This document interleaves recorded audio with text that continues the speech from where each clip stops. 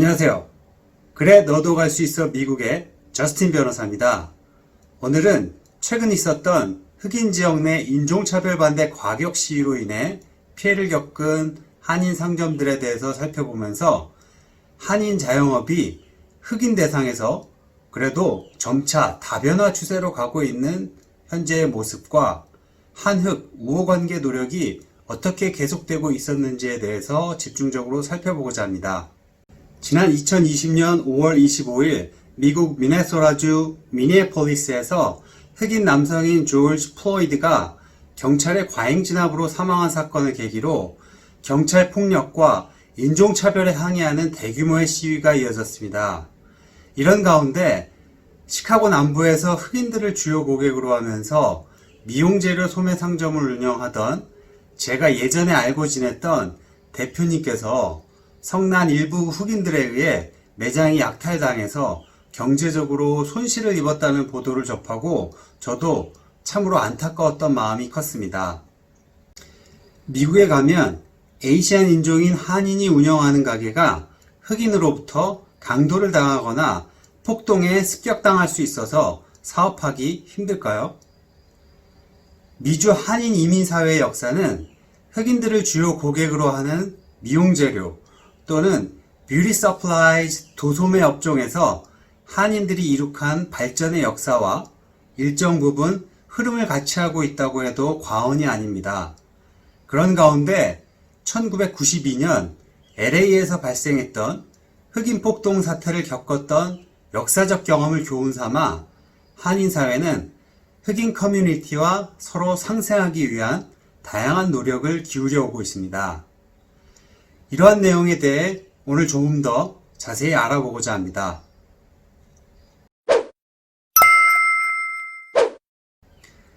주거지에 있어서는 한인들이 많이 사는 곳과 흑인들이 주로 모여 사는 동네가 서로 겹치지 않습니다. 이민생활의 최우선적인 목표를 자녀 교육에 두다 보니 좋은 공립학군을 중시하는 한인들의 성향상 역시 교육에 관심이 많은 백인 중상류층들이 주로 많이 거주하는 도심 외곽 주거지, 즉 서버브 중에서도 학군 랭킹이 최고 수준인 곳에 한인들이 주로 모여 살고 있습니다.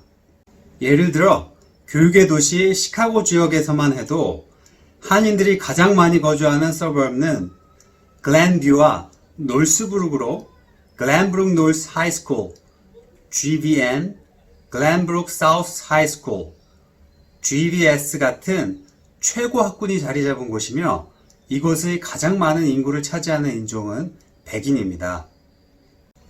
한인과 흑인이 만나는 접점이자 긴밀한 비즈니스 관계를 형성하는 곳은 바로 흑인들이 주로 모여 사는 지역입니다. 미국 전역에 걸쳐 흑인 대상으로 하는 6천 내지 7천여 개의 뷰티 서플라이 소매점이 존재하고 있는데 이 중 70% 이상이 1980년대 초중반부터 다양한 형태로 관련 소매업에 진출하기 시작한 한인들에 의해 운영되고 있으며 이는 바로 다른 업종에 비해 마진이 좋고 상대적으로 경기에 민감하지 않기 때문이라고 합니다. 이렇게 흑인 동네에 가서 흑인들이 많이 필요로 하는 미용재료 판매 매장을 하는 한인들의 숫자가 많다 보니 최근 흑인 지역을 중심으로 인종차별에 대해 항의하는 시위를 대대적으로 벌이는 가운데 구시대적인 폭력과 약탈을 자행한 일부 사람들에 의해 그곳에 있는 한인 운영 매장들이 피해를 보는 경우도 많아서 이런 소식을 접하게 된 한인 동포들의 안타까움도 컸었던 것 같습니다. 더군다나 한인 커뮤니티가 1992년의 뼈아픈 경험을 바탕으로 그동안 흑인 커뮤니티에 다양한 봉사와 기부 활동을 펼쳐오면서 우호적인 관계를 유지하고 강화하기 위해 많은 노력을 기울여 왔음에도 불구하고 시위대를 진압하는데 경찰력이 집중되어 치안에 허점이 생긴 틈을 타서 남의 소중한 재산을 훔치는 일부 범죄자들에 의해 한인 자영업자분들이 타격을 입게 되었고 이는 한인사회 전반에도 실망감을 안겨줬던 것은 물론이고 흑인사회 전체에 대한 또 다른 편견과 배신감을 불러일으켜 한흑 갈등도 깊어지는 악순환의 시초가 될 위험마저 있는 것입니다. 하지만 일부 흑인 폭도들의 범죄 행위를 놓고 흑인들의 인종적 성향이 폭력적이라거나 법을 준수하지 않기 때문이라고 지나친 일반화를 시키는 것이야말로 인종, 성별, 연령, 출신 지역 등 인간이 서로 다를 수밖에 없는 요인들을 두고 그 다름을 그대로 인정하고 존중하는 것이 아니라 이에 대해 편견을 갖고 차별하고 공격하고 분열시키는 사람들이 주로 사용하는 논리적 오류라는 것을 잊어서는 안 될 것 같습니다.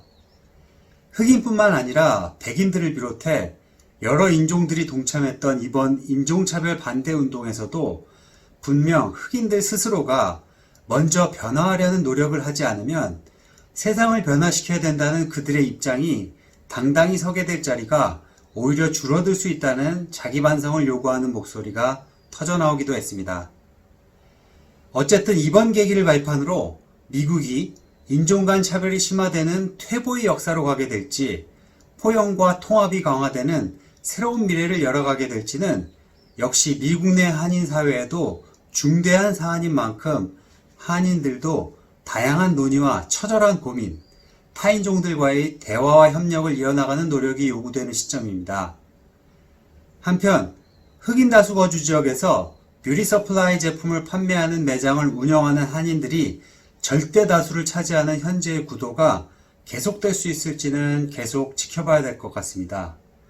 실제로 흑인 대상 한인 자영업자분들의 연령대가 점차 고령화되고 있지만 이분들의 사업체를 인수한 한인 청장년층이나 이를 물려받은 한인 이민 2세의 자녀들을 찾아보기란 쉽지 않아 보입니다.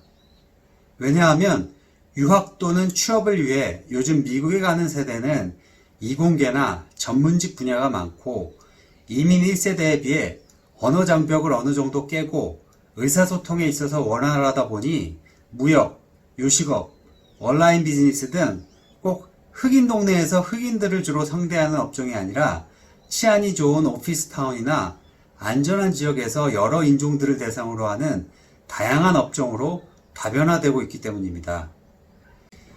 흑인 지역에서 위험을 무릅쓰고 자영업을 하던 이민 1세대 분들의 자녀분들도 그런 부모님들의 노고와 교육열에 힘입어 의사, 엔지니어, 변호사, 회계사, 금융인과 같은 전문 직종에 진출했거나 대기업 직원이나 사업가로 성장한 경우가 많지 흑인 밀집 지역에 있는 부모님의 오래된 가게를 가업으로 삼고자 물려받는 경우는 찾아보기 힘든 것 같습니다.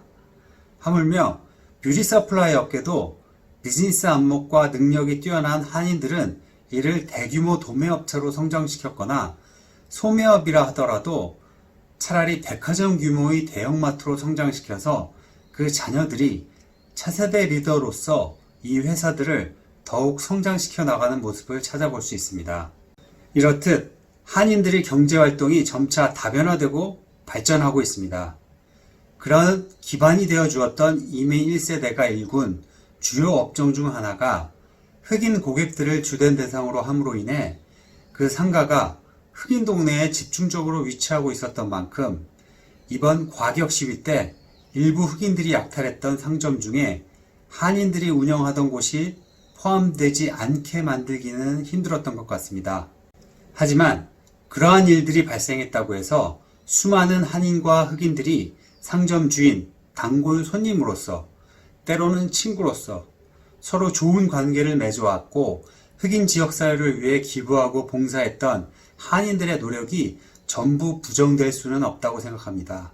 비록 흑인들을 주 고객으로 하는 소규모 한인 상점들이 이민 1세대의 은퇴와 함께 숫자적으로 줄어들 수 있겠지만 그분들이 다양한 방법을 통해 흑인 사회 발전을 위해 힘써왔던 그 노고와 이에 대한 많은 흑인들이 감사해야 하는 마음은 또 다른 형태로 한인, 흑인 커뮤니티가 좋은 협력 관계를 서로 발전시켜 나가는데 중요한 밑거름이 될 것 같습니다. 오늘 시청해주신 많은 분들께 진심으로 감사드립니다. 감사합니다.